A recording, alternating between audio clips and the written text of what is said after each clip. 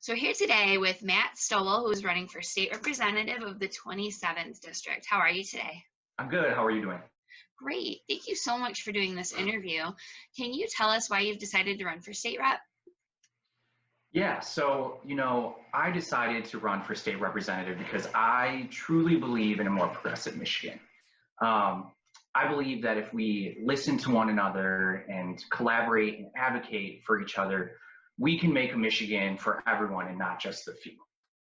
I incorporate my personal and my professional values into all aspects of my life, including understanding the dignity and worth of everyone, valuing the human relationships of people, and fighting against the social within our society. And that's really what has driven me to run for this state representative position. So what is some of that professional experience that you bring to the table? Yeah, so I've had a wide range of experiences that I've had. I started off as a medical social worker, and then I proceeded to become a home-based mental health therapist for a community mental health agency in Wayne County. And now I work for our public school system as a school social worker. I've also had experience in working with individuals experiencing homelessness. I've also worked with organizations that help individuals with physical disabilities, and I've also worked with people with severe and persistent mental illness. So if you are elected to the legislature, what are some of the issues that you would work on? Yeah, that's a great question. So I think there's no denying that our healthcare system is one of the first and foremost things that people are thinking about right now. Our healthcare system is confusing with copays, deductibles, co-insurance, and premiums. I believe that healthcare is a human right. I believe that everyone who needs healthcare should get healthcare, and there really needs to be someone that's advocating for those people that can't get that. I believe that you should have to choose between taking an ambulance and going bankrupt, or buying the necessary medication that you need, or putting food on the table. So expanding our healthcare system in Michigan is something that I am very, very passionate about. And the people of Michigan are incredibly passionate about it too, with the coronavirus going on. Another also incredibly passionate about is our education system. There is no denying that our education system has been floundering over the last 15 years. We rank 48th out of 50th in our per pupil funding when you take into account. So to me, that says that we don't invest enough in our students, in our future. And we really need, and our teachers deserve to make a salary that they can be proud of. And we need to make sure that we pay all of our individuals and in our buildings at least $15 an hour. Everyone should be making a living wage.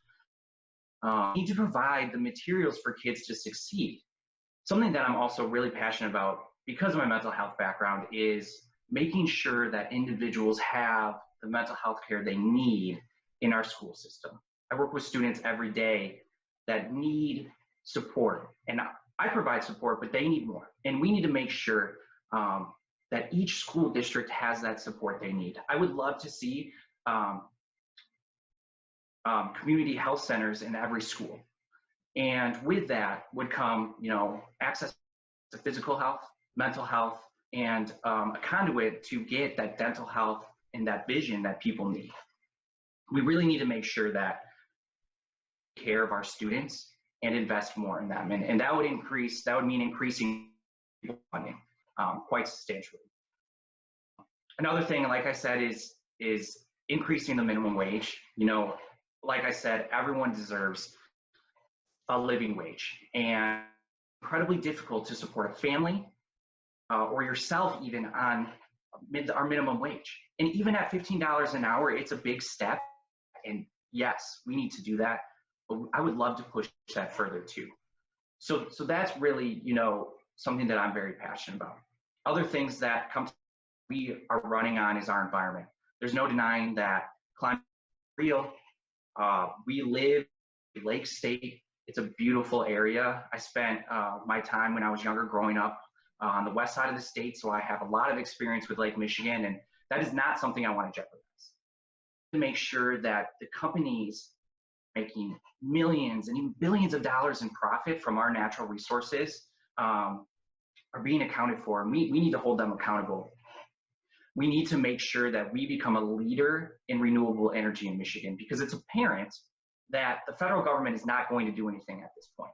So I really believe that we as Michiganders can now become a leader in that. You know, we're the Motor City in Detroit. I think we should take that back and really strive for, you know, sustainable vehicles and pushing the way for other states and leading the way for other states. I also believe strongly that Representative Robert Winberg has done so in regard to legislation and common sense gun laws in Michigan. That is something that I know he is very proud of, and many people in the state are very proud of, and that's something that we need to continue to fight for. You know, there is legislation proposed that has not even been given a, and we need to make sure that that gets passed. We need to make sure that the emergency risk protection orders get passed. We need to make sure that safe storage gets passed. You know, and I believe in universal backgrounds for everyone owning a gun. And to be honest with you, I believe in not an assault weapon. I don't believe that any civilian needs that. And we need to make sure that we protect our communities. There's no reason that our teachers and our school staff should have to come up with plans to keep our children safe. You know, those are responsibilities. Those are not students' responsibilities. And communities, our communities should feel free to have events and not have to worry about someone coming in and having a mass shooting. And so, you know, as adults, we need to take the lead on that. Have to put the measures in place to keep our communities safe. So you had mentioned the coronavirus situation. If you were a state legislature right now, how would you be handling that? Yeah, that's a great question. So I think first and foremost, we need to applaud what Gretchen Whitmer, our governor, has done. She is doing what's best for our community based on science and what professionals have told her. And that hasn't been easy. You know, just this week, our legislature met, and there was people out there demonstrating against her orders. And, you know, our representatives have stayed with Governor Whitmer. You know, I would follow her lead. She has done such a great job, and I fully support everything that she's done. I think she's really putting lives before anything else. And although that's difficult, our livelihood is important. And even if it does, it still affects our collective whole as a community. And, you know, sometimes that can be hard to see. But she has been doing so I would follow her lead. And, you know, I've talked about healthcare, and I believe healthcare is a human right. And, you know, there's been cases where, you know, people at the hospital have said individuals have not come in because they're scared of what they would have to pay and how much they would have to pay. So, you know, expanding our healthcare is incredibly important, and it expands not only through this virus, but for all of our healthcare needs. You know, in addition to your professional background, what are some of the ways that you've been involved in the community? Yeah, so on top of being a full-time school social worker, part-time youth director in the city I live in Berkeley, the youth group is with a couple different churches, and I have had the best time. I've had an experience to work with students, middle schoolers and high schoolers, and just hang out with them. And you know, I work in a middle school now, but this is in a different capacity, and I enjoy it. And our goals for that youth group is to, you know, build strong relationships, something that I strive to do in my own personal life, as well as a social worker. That's one of our core values. And also impact our communities. We do a lot of outreach for different organizations in our community. And also, you know, another value that they have is living out their faith. Whatever faith someone has, they should be able to do that freely at their choosing. I'm also involved Democratic clubs, Ferndale, Southeastern Oakland County, Huntington Woods and Oak Park, and also the Oakland County Democratic Party. I'm also involved with Moms Demand Action of Southeastern Oakland County. So, you know, I really try to get out there and do a lot for our community as much as we can, especially now with this virus going around. So in this race, you do have some competition in the primary, and you will be facing a Republican in November if you win the primary. Why should the voters pick you? Yeah, you know, it's a crowded primary, and I think that's great. That's how our legislature should be, right? That's how elections should be. People should get the choice. But I believe I'm the best choice because I've been there with people.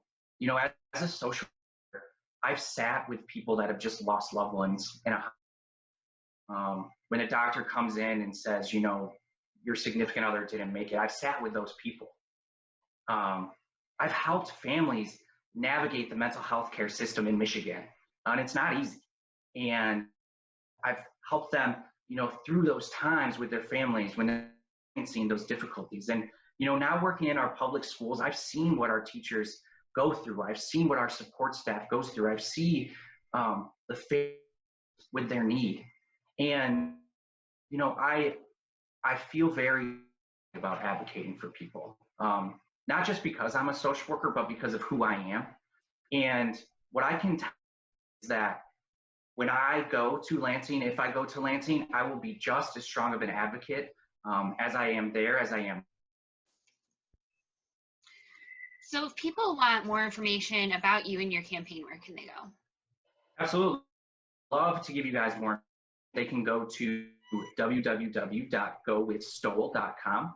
It's spelled GOWITHSTOEL.com. You can also check out our Facebook at facebook.com/gowithstoel. You can check out our Instagram and Instagram, Twitter /Matt Stoel.